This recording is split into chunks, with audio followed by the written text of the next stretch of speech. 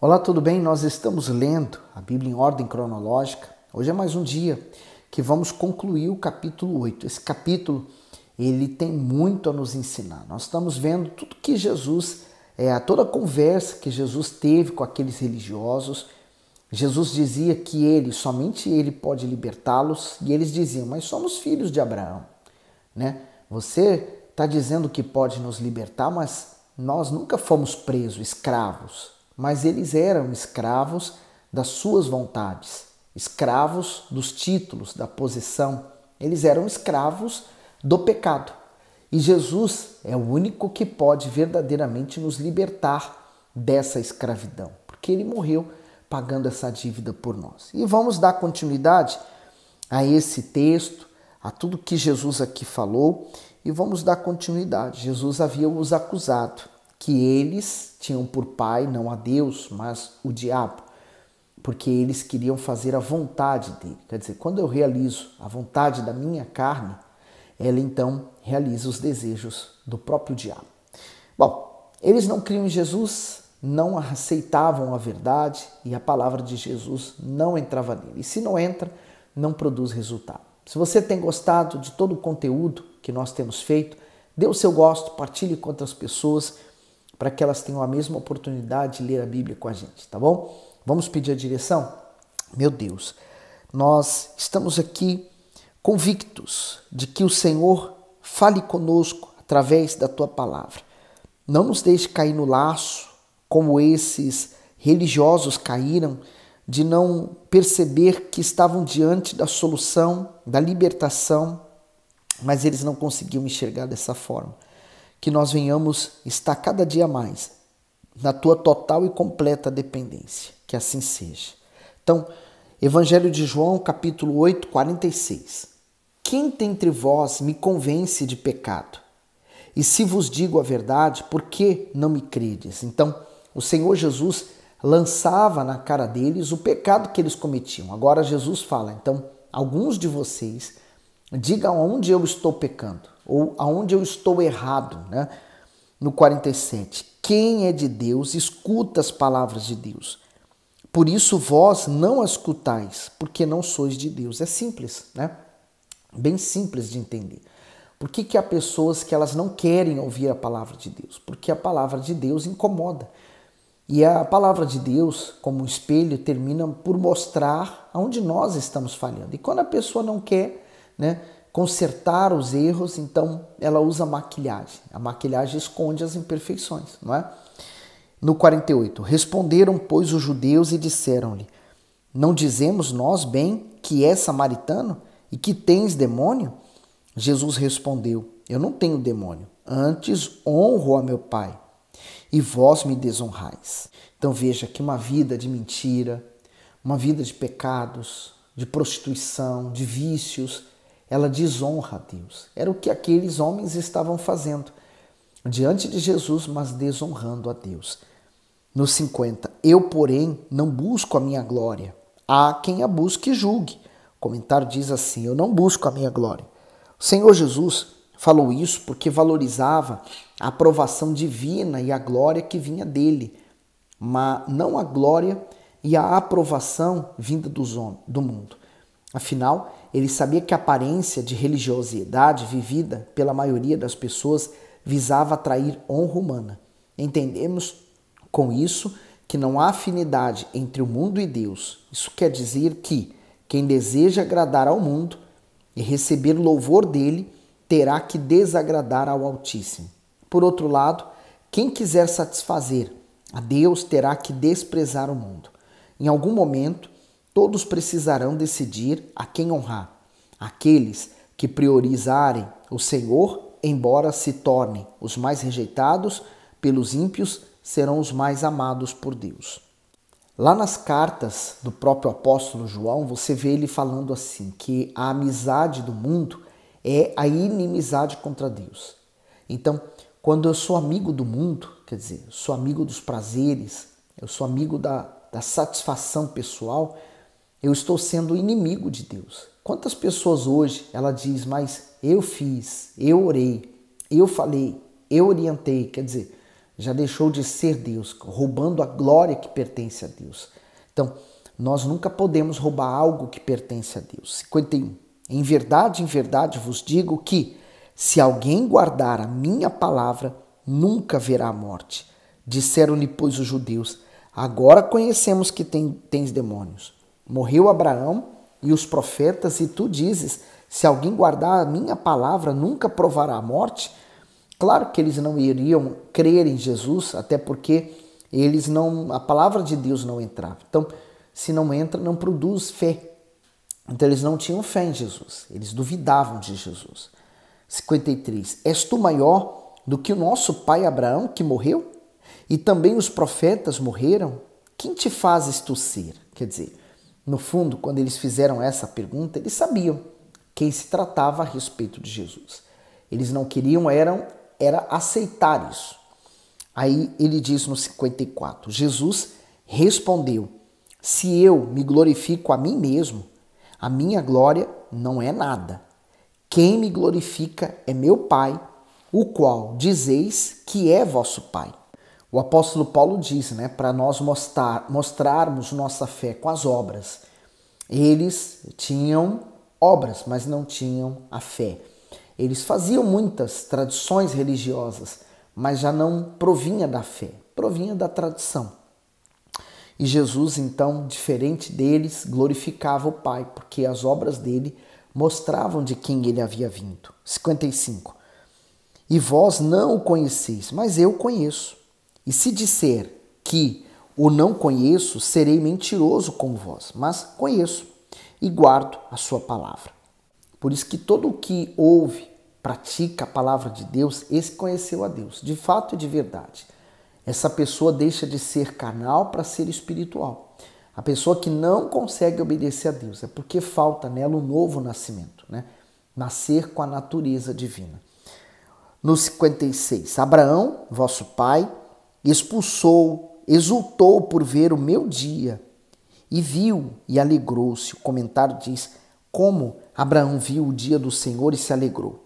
A história de Abraão e de Isaac tipifica a história de Deus e diz de Jesus. Isaac era um filho muito amado, desejado e esperado por toda a vida de Abraão, mas ele só nasceu quando o pai tinha 100 anos de idade.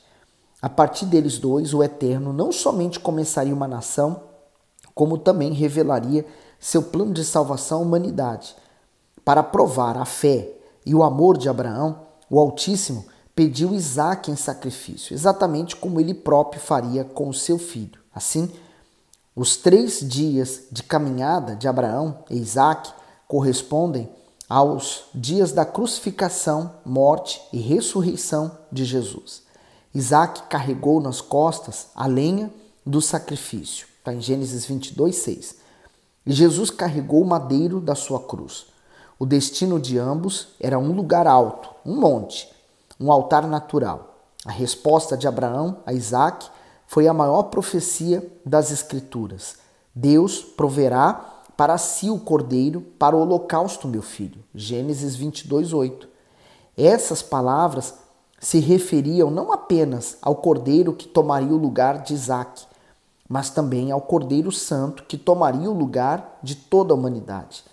Abraão não compreendia a dimensão daquele evento ocorrido no Monte Moriá, ou seja, o patriarca não sabia que aquele momento ele simbolizava Deus e Isaac representava o Senhor Jesus, que seria sacrificado para pagar os pecados de todos nós. Por isso, Abraão é considerado o pai da fé e foi escolhido para representar o Altíssimo com a sua vida e com sua obediência.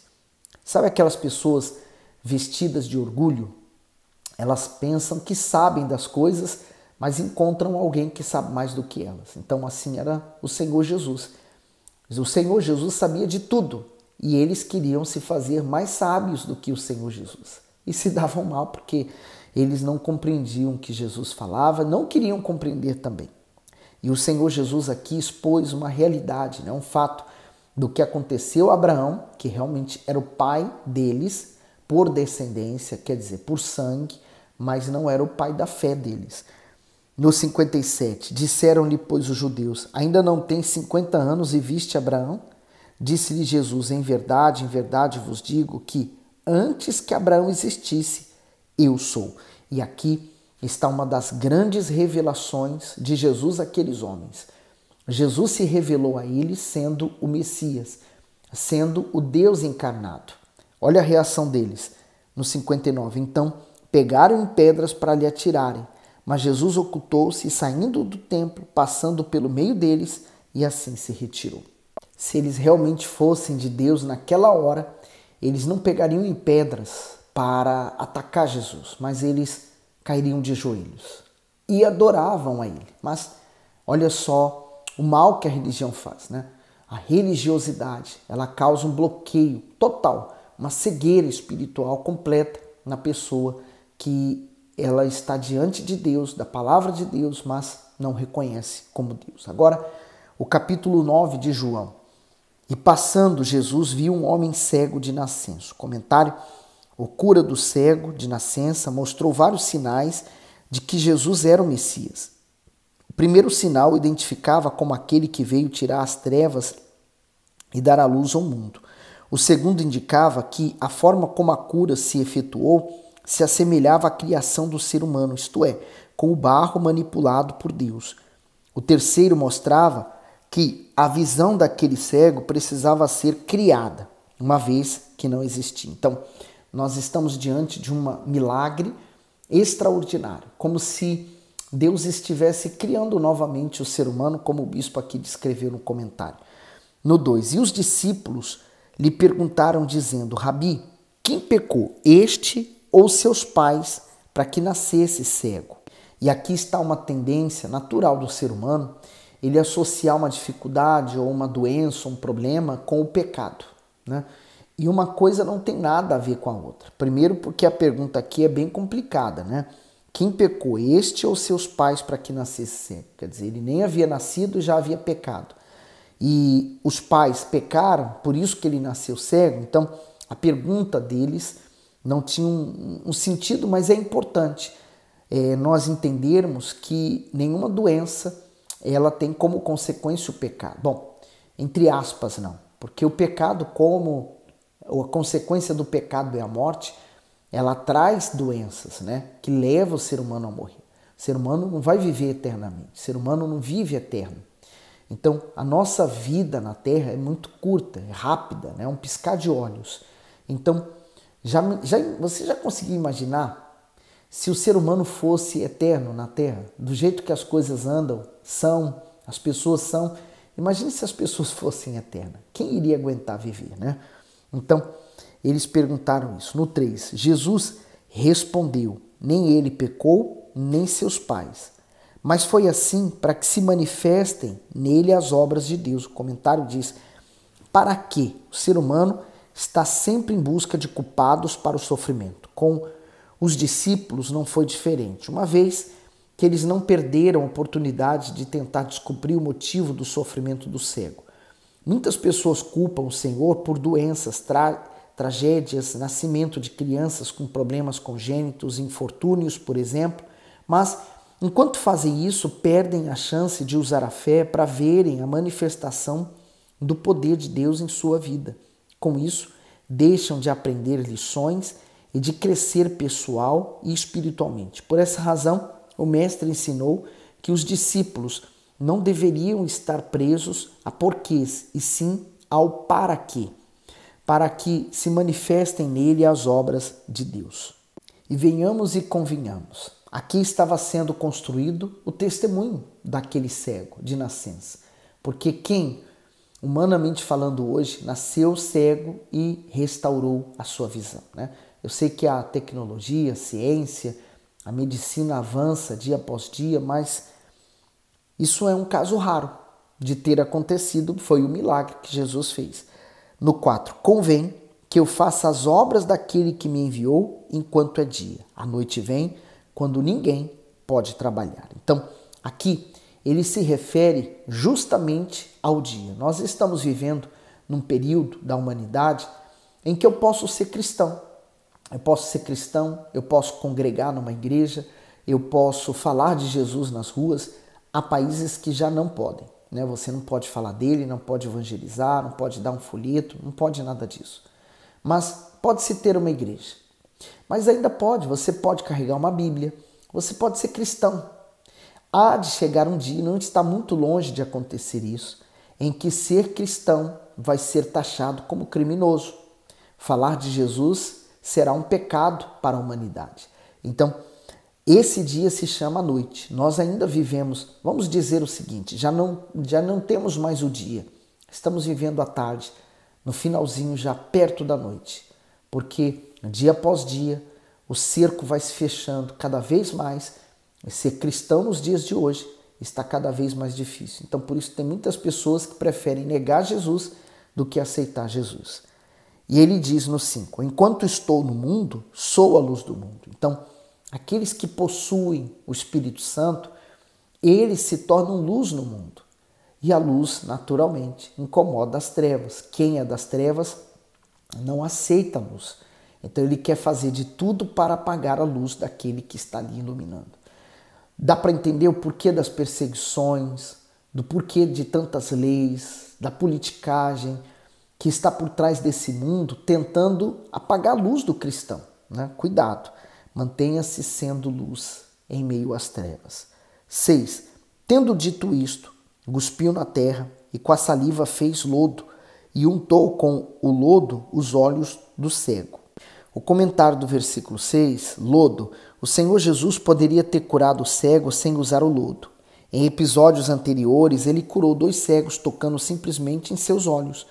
Mas aqui misturou pó e saliva, mostrando que trata as pessoas de forma individual. No caso do cego de nascença, era preciso um estímulo maior para que a sua fé fosse despertada. Com os olhos carregados de lodo, o homem se viu impelido a crer e a obedecer ao Senhor Jesus. E aí você lembra do que Deus criou o homem? Do pó, da terra. Então, ele está criando os olhos daquele cego. Forte, não é? No 7, disse-lhe, vai, lava-te no tanque de Siloé, que significa o enviado. E foi, pois, e lavou-se e voltou vendo. E quem já foi a Israel sabe que o tanque de Siloé, ele ficava muito distante, né? E tinha uma escadaria muito grande, mas ele foi, né? Mesmo cego, Jesus não falou assim para um dos discípulos, vai, guie ele até o tanque para que ele se lave. Não, mandou que ele fosse. Quer dizer, tudo isso fez parte para que ele pudesse criar a fé. Então, quando Jesus fez lodo e untou os olhos, talvez na memória daquele cego lembrou que Deus criou o homem do pó da terra. No 8, então os vizinhos e aqueles que dantes tinham visto que era cego dizia, não é este aquele que estava sentado e mendigava? Uns diziam, é este, e outros, parece-se com ele. E ele dizia, sou eu. O comentário diz, os vizinhos e transeúntes que conheciam a incapacidade física e a miséria daquele cego agora se tornaram testemunhas de sua transformação. O milagre não se restringiu a abrir os olhos físicos do homem, mas provocou nele uma transformação interior, a ponto de alguns duvidarem até mesmo da sua identidade. Isso mostra que quando uma pessoa se converte de fato ao Evangelho, ela vence as limitações humanas e muda completamente de vida. Não é assim que nós vemos nos testemunhos? Pessoas que antes eram criminosas, por exemplo, nós temos muitos testemunhos assim, né? Pessoas que tinham uma mente criminosa, uma mente maldosa, uma mente maléfica, foram presas. Mas lá dentro daquele presídio, alguém levou uma Bíblia, alguém falou com ele, e eles decidiram buscar a Deus. Eles, nessa busca, né, pela felicidade, encontraram-se com Jesus lá dentro daquele presídio. E eles se tornaram uma fonte de vida, começaram a evangelizar outros reclusos, presos, começaram a trabalhar para Jesus. E depois, quando foram soltos, eles já saíram homens de Deus, mulheres de Deus. Quer dizer, houve uma transformação. Então, o impossível aconteceu. Normalmente, uma pessoa que entra para dentro de um presídio, ela entra com uma cabeça e ela sai com uma cabeça ainda muito pior, porque ela vai se revoltar ainda mais por tudo que ela vai passar lá dentro, né? A reclusão, né? A prisão para uma pessoa é um dos piores castigos. Então você imagina, né, uma pessoa que entra ali, criminosa, e sai um cristão. Assim também na igreja, quantas mulheres que viviam da prostituição não queriam viver aquela vida, mas queriam sair, não sabiam como. E um dia entraram na igreja, ouviram uma palavra que transformou a vida delas, elas deixaram de ser quem elas eram e se transformaram em mulheres dignas, mulheres que hoje honram a Deus. Quer dizer, há uma transformação. Mentiroso que deixou de ser mentiroso, o doente que deixou de ser doente, enfim, quantos testemunhos. Mas não somente um milagre aconteceu, mas o maior milagre aconteceu dentro, né? Por isso que eu faço lembrança ao que Jesus falou. Ele falou assim, primeiro, limpe o interior do copo, né? Os fariseus, os religiosos, eles se preocupavam com a sua imagem, né? A sua reputação perante as pessoas. Mas Jesus, ele quer tratar primeiro o interior. Não adianta eu mostrar para as pessoas uma santidade, uma beleza, né, de cristão, mas interiormente eu guardo mágoa, eu sou ressentido, eu tenho maus olhos, eu tenho malícia, eu sou uma pessoa invejosa. Quer dizer, todo o lixo desse mundo está dentro. Ninguém está vendo, mas por fora todo mundo pensa, ele é cristão, mas os frutos mostram que árvore eu sou, né? Então, cuide disso, cuide para que você tenha essa transformação e quem olhar para você não consiga reconhecer mais você. E fala, o que aconteceu com você? Você é outra pessoa. De fato será. Aquela pessoa do passado morreu, ficou lá, enterrada nas águas do batismo e você nasceu para uma nova vida. Que assim seja para você e que todos possam ver em você a imagem de Jesus Cristo, a imagem de um Filho de Deus. Olha, que Deus abençoe e ilumine você. Vamos continuar nesse capítulo, tá? Fique bem.